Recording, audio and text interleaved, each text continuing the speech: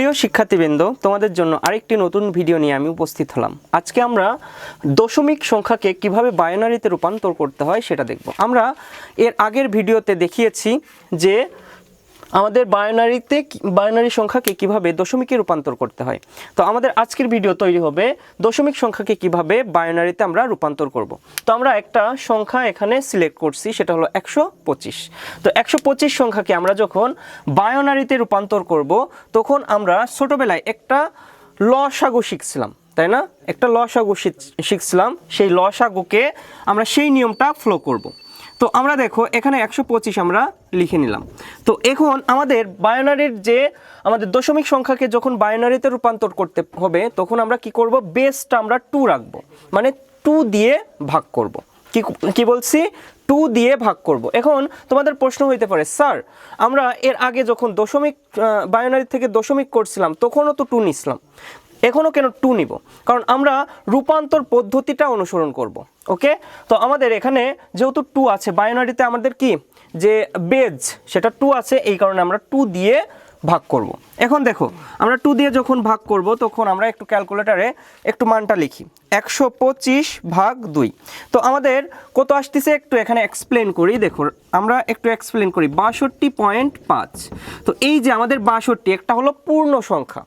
আমরা এর আগের দিন বলছিলাম যে রেডিক্স পয়েন্ট বা পূর্ণ সংখ্যা, তারপর কি আমাদের ভগ্নাংশ, আমরা কিন্তু এই বিষয়টা আগে ক্লিয়ার করে নিছিলাম, তাই না? বেসিক অংশে আমরা কিন্তু এটা খুব সুন্দর করে ক্লিয়ার করছিলাম।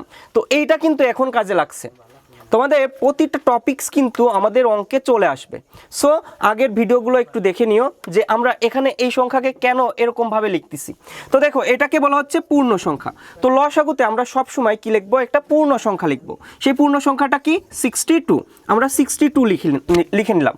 এখন 0.5 মানে সে কি আমাদের 1 হইতে কিছু সংখ্যক বাদ আছে, এই কারণে আমরা কি করব, 62 থেকে 1 বাদ দিয়ে দিব। ওকে, যখন আমরা 1 বাদ দিয়ে দিব, দেখো এই একটা কিন্তু আমাদের কি, আমরা যে বাইনারির যে বেস 0 আর 1 সেটার একটা মান কিন্তু আমরা পেয়ে গেলাম, ঠিক আছে? তো এই একটাই কিন্তু সেই আমাদের বাইনারির মান। তো আশা করি তোমরা বেসিকটা ক্লিয়ার করতে পারছো। এরপর আমরা আবার কি করব, 2 দিয়ে ভাগ করব। তো এরপর কি করব, আমরা 62.5কে ভাগ করব না, কিন্তু আমরা কি কাকে ভাগ করব, 62কে ভাগ করব। ওকে, এইটুকু বাদ যাবে, এইটুকুর জন্যই কিন্তু আমরা একটা 1 বাইনারি সংখ্যার 1 নিয়ে ফেলছি। ওকে, এরপর আমরা কি করব, 62 ভাগ আমরা কি করব 2 করব। আমরা কি করব, 62 ভাগ 2, তাহলে আমাদের কত হচ্ছে 31। একটু ভালো করে দেখো, পরের সংখ্যাটা আমাদের কি হচ্ছে 31। এখানে কি কোনো কিছু বাদ আছে? আমাদের রেডিক্স পয়েন্ট কি আছে? না, রেডিক্স পয়েন্ট কিন্তু নাই। এই কারণে আমরা কি করব, রেডিক্স পয়েন্ট না থাকলে আমরা কি বসাবো, 0 0, মানে এই সংখ্যার সাথে আরো 0 আছে, তো আমরা কি করব 0 বসাবো। তাহলে আমাদের এখানে কি 31, তারপর এই পাশে কি হবে 0। আশা করি তোমরা বুঝতে পারছো। মানে আমাদের এই 0টা কি বলতো, আমাদের কি গ্রাউন্ড, তাই না? কারেন্ট হলো গ্রাউন্ড হয়ে গেছে। আর এই 1টা কি আমাদের চলমান অবস্থায় আছে, মানে অন অবস্থায় আছে। তো আশা করি এইটুকু ক্লিয়ার। এরপর আমরা কি করব, 31কে আবার আমরা কি করব 2 দ্বারা ভাগ করব। আমাদের কত আসছে 15.5। সেম কাজ, আমাদের 15টা কি একটা পূর্ণ সংখ্যা, আমরা এই পাশে কি লিখবো, একটা পূর্ণ সংখ্যা 15 লিখবো। দেন আমাদের 0.5 এর জন্য আমরা কি আনবো, 1 আনবো। ওকে, এরপর আমরা কি করব, আবার 2 দিয়ে ভাগ করব। তাহলে আমরা আবার কি 15কে 2 দিয়ে ভাগ করব, 15 ভাগ 2 কত হচ্ছে 7.5। তাহলে 7.5, 7টা কি একটা পূর্ণ সংখ্যা, আমরা কি এই পাশে 7 লিখব। দেন এই পাশে 0.5 এর জন্য আমরা কি আনবো, একটা 1। তারপর কি দেখো আবার 2 দিয়ে ভাগ, এরপর কি 7কে আমরা 2 দিয়ে ভাগ করব। তাহলে আমরা কি করছি, 7কে 2 দিয়ে ভাগ করলে 3.5, তাহলে 3টা কি আমাদের পূর্ণ সংখ্যা। আর 0.5 এর জন্য আমরা কি বাদ দিব, 1 বাদ দিব। ওকে, এরপর কি আবার 3কে আমরা যখন 2 দ্বারা ভাগ করব তখন কি হবে 3 ভাগ 2, তাহলে কত হচ্ছে 1.5। তাহলে 1টা কি একটা পূর্ণ সংখ্যা। এরপর কি আমাদের 1 বাদ যাবে। এরপর 1 2 এর ভিতর কয়বার যায়, 0 বার যায়। 1 2 এর ভিতর কয়বার যায়, 0 বার। তাহলে আমরা 0 লিখি। দেন 2 আমাদের কি 1 বাদ থাকে, তাহলে 1 লিখে দেই। এখন দেখো আমাদের মেন কাউন্ট পয়েন্টগুলো কি কি। এখানে আমাদের নিচে কি, আমরা নিচে কি সর্বোচ্চ গুরুত্বের অঙ্কগুলো থাকে, আর উপরে কি সর্বনিম্ন গুরুত্বের অঙ্ক। তো আমাদের সর্বোচ্চ গুরুত্বের অঙ্কটা কি এমএসবি, আমরা মনে আছে এটা বলছিলাম এমএসবি, আর আমাদের উপরে কি এলএসবি।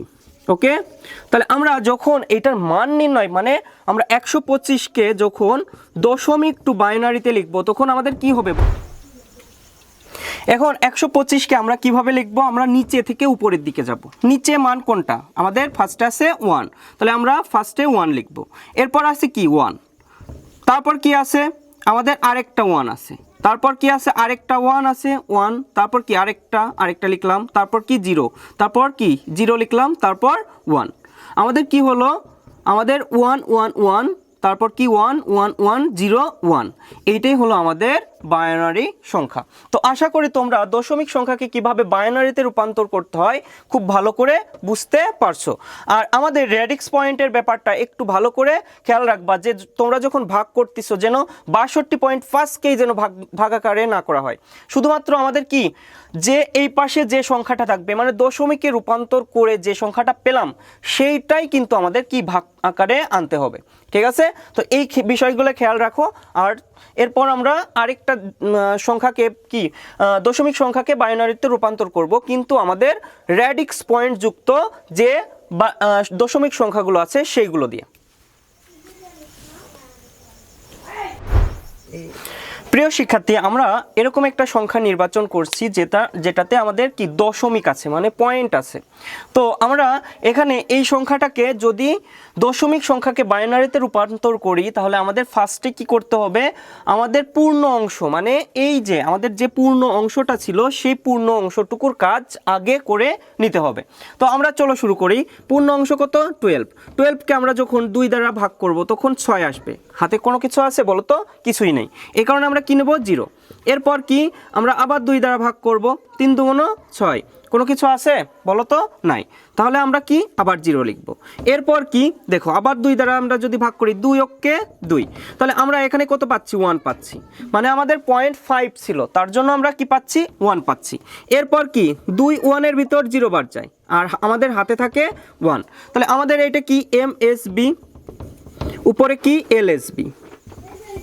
ওকে, এখন আমরা যদি নিচে থেকে উপরে যাই তাহলে আমরা 12 এর জন্য পাচ্ছি কি বলতো, 12 এর জন্য পাচ্ছি 1 1 0 0, আর কিছু কিন্তু পাচ্ছি না। তো এইটাকে আমরা কি দশমিক মানে আমরা যে পূর্ণ অংশ ছিল সেটার মান বের করে নিলাম। এবার আসি আমাদের পয়েন্ট, আমাদের কি 7 5 এর কি করব আমরা দশমিক টু বাইনারি শিখব, ঠিক আছে। তো আমাদের মেইন পয়েন্টে আমরা চলে আসলাম। তো এটার জন্য আমরা একটা শক ইউজ করব। শকে আমরা কি লিখব দেখো, আমরা দুইটা জিনিস লিখব, একটা হলো পূর্ণ সংখ্যা, আমরা কি লিখব পূর্ণ সংখ্যা, ওকে, আর একটা এখানে লিখব ভগ্নাংশ, ঠিক আছে। তো তোমরা ক্যালকুলেটর হাতে নাও, ক্যালকুলেটর হাতে নিয়ে আমরা কি করব 0.75কে আমরা কত দ্বারা গুণ করব 2 দ্বারা, যদি গুণ করি তাহলে পাচ্ছি 1.5। আমরা একটু দেখি 1.5, এখন 0 দিলেও আমাদের সমস্যা নাই, ঠিক আছে। তাহলে এই 1টা কি বলতো পূর্ণ সংখ্যা, আর এই 50টা কি ভগ্নাংশ। ওকে, এই 50টা কি একটা ভগ্নাংশ। সব সময় মনে রাখবা পয়েন্টের পরে যে সংখ্যাগুলো থাকবে আমাদের সেইগুলো হলো ভগ্নাংশ। তাহলে পূর্ণ সংখ্যার জায়গায় আমি পূর্ণ সংখ্যা লিখে দিলাম। এখন 0.50 আমরা লিখলাম। এখন ভগ্নাংশটুকুকে আমরা কি করব, কিসে রূপান্তর করব, পূর্ণ সংখ্যায় রূপান্তর করতে হবে। এই ভগ্নাংশ যতক্ষণ না আমাদের পূর্ণ সংখ্যায় রূপান্তর হচ্ছে মানে 0 0 আকারে না আসতেছে ততক্ষণ আমরা এই ভগ্নাংশের সাথে 2 গুণ করতে থাকবো। তো চলো শুরু করি। আমরা এই 0.50 সাথে আমরা কি করব 2 গুণ করলাম, ঠিক আছে। 2 গুণ করে আমরা পাচ্ছি কত দেখো 0.5 ইন্টু আমরা কত পাচ্ছি 2, তাহলে দেখো 1 পাচ্ছি। তাহলে 1 এর পরে কি কোনো সংখ্যা আছে 0 আছে, তাই না। তাহলে আমরা এখানে কি 1 বসাইলাম, এরপর কি আমরা কি পাবো আমাদের 0, এই পাশে কোনো কিছু না মানে কি 0, তাহলে আমরা ভগ্নাংশ কিন্তু 0 বানায় ফেলছি। তাহলে আমাদের কাজ কিন্তু এন্ড হয়ে গেছে মানে শেষ, আমরা আর এর পরে যাইতে পারবো না, কারণ 0 এর সাথে আমরা যদি 2 গুণ করি তাহলে আমাদের কি 0 আসবে। 0টা কি পূর্ণ সংখ্যা, নো আমাদের কি পূর্ণ সংখ্যা নয়, তাহলে আমরা আর কি এর পরে আমরা কন্টিনিউ করতে পারবো না। আমাদের ইচ্ছা ছিল যে আমরা এই পাশে যদি 0 আনতে পারি তাহলে আমাদের কিন্তু অঙ্কটা শেষ। তাহলে আমরা এখানে অ্যান্সারটা কিভাবে লিখব? এখানে যে 1 আর 1 পেলাম, এটা কি আমাদের নিচে থেকে আসবে নাকি উপর থেকে আসবে? এটা হলো সবথেকে বড় বিষয়। তো আমরা সব সময় যেহেতু আমাদের পয়েন্টের পরে মনে রাখবা যে উপর থেকে নিচের দিকে আসবে, ঠিক আছে? আমাদের তাহলে 0.75 এর যদি দশমিক টু বাইনারি লিখি তাহলে কি হচ্ছে 1 1। তাহলে দেখো এইটাই কিন্তু আমাদের বাইনারি। এখন একসাথে লিখবো আমরা কিভাবে, দেখো 12.75 এর আমাদের দশমিক ইকুয়াল টু আমরা বাইনারি লিখবো কি, ফার্স্টে আমরা দশমিক 12 এর বাইনারি পাইছি 1100, তারপর কি আমাদের একটা দশমিক ছিল, তারপর কি আমরা কি পেলাম 1 1। এটাই কিন্তু আমাদের অ্যান্সার। এই কোশ্চিনটা আমি কিন্তু একটা বোর্ড কোশ্চিন থেকে তোমাদের জন্য কালেক্ট করে করাইলাম। তোমরা যদি একটু বোর্ড কোশ্চিনটা দেখো তাহলে এরকম টাইপের একটা অঙ্ক তোমরা পেয়ে যাবা। সেই কোশ্চিনটাই কিন্তু আমি সলভ করছি। তো আশা করি তোমরা খুব ভালো করে দশমিক সংখ্যাকে কিভাবে বাইনারিতে রূপান্তর করতে হয় সেটা বুঝতে পারছো। আর তোমাদের যদি কোনো প্রবলেম থাকে বাইনারি সংখ্যাকে কিভাবে দশমিকে রূপান্তর করা, বা এখানে আরেকটা প্রশ্ন আসতে পারে যে স্যার যখন আমাদের এই সংখ্যাটা 0 হচ্ছে না তখন আমরা কিভাবে করব। তো চলো আমরা আরেকটা সংখ্যাকে ওরকম যে সংখ্যাটা আমাদের 0 আসছে না তখন আমরা কিভাবে কমপ্লিটলি আমাদের খাতায় কিভাবে করব সেটা একটু দেখিয়ে দেই। তো প্রিয় শিক্ষার্থী, আমরা এমন একটা সংখ্যা নির্বাচন করছি যে সংখ্যাটা আমাদের অনেকবার গুণ করার ফলেও আমাদের 0 আনা সম্ভব নয়। তো সেই সংখ্যাটা দিয়ে আমি তোমাদের একটু দেখাই যে কিভাবে আমরা এইগুলো সলভ করব। তো আমাদের 0.4 আমাদের কি করব, 0.40 সাথে আমরা কত গুণ করব, 2 গুণ করব। তাহলে যদি 2 গুণ করি তাহলে কত হচ্ছে, আমরা 0.4 গুণ 2, তাহলে দেখো 0.8 হচ্ছে। তাহলে গুণফল কত, 0.8। এখন এই গুণফলের পূর্ণ সংখ্যা কোনটা, আমাদের অবশ্যই 0, তাহলে আমরা 0 বসাইলাম। এখন ভগ্নাংশ কোনটা, 0.8।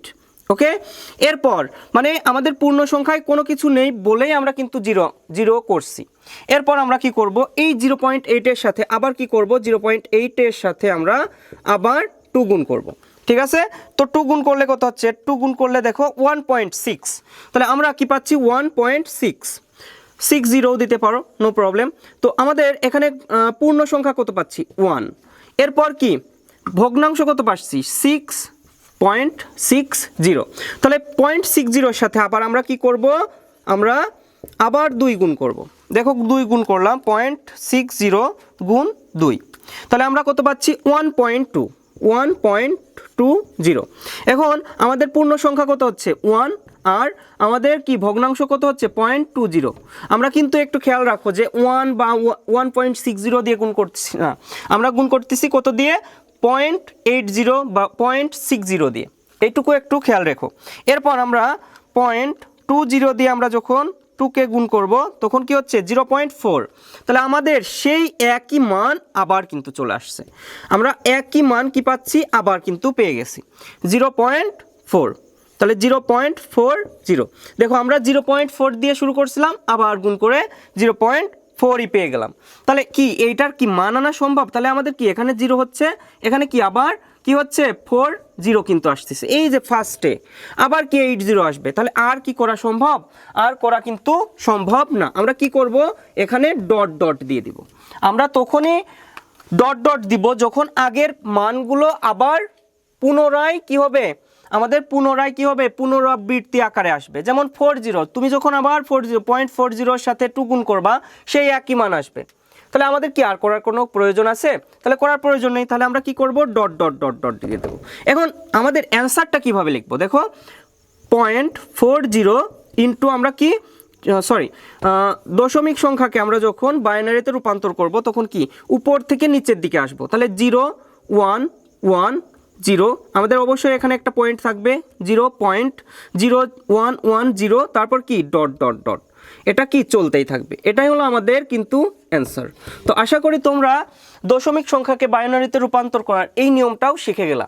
এই নিয়মগুলো কিন্তু ম্যাক্সিমাম টাইম আমাদের কিসে আসে জানো, এমসিকিউতে বেশি দেয়। সো তোমরা একটু প্র্যাকটিস করো যাতে তোমাদের এমসিকিউগুলো সঠিকভাবে তোমরা নিরূপণ করতে পারো। তো ভিডিওটা যদি ভালো লেগে থাকে তাহলে তোমরা কি করো, শেয়ার করো এবং চ্যানেলটাকে সাবস্ক্রাইব করো, তোমার বন্ধুদের জানাও এবং আমার যে ফেসবুক পেজ আছে সেটাকে ফলো করো। সো আজকে এ পর্যন্তই। সবাই ভালো থাকো, সুস্থ থাকো, সবার জন্য শুভকামনা।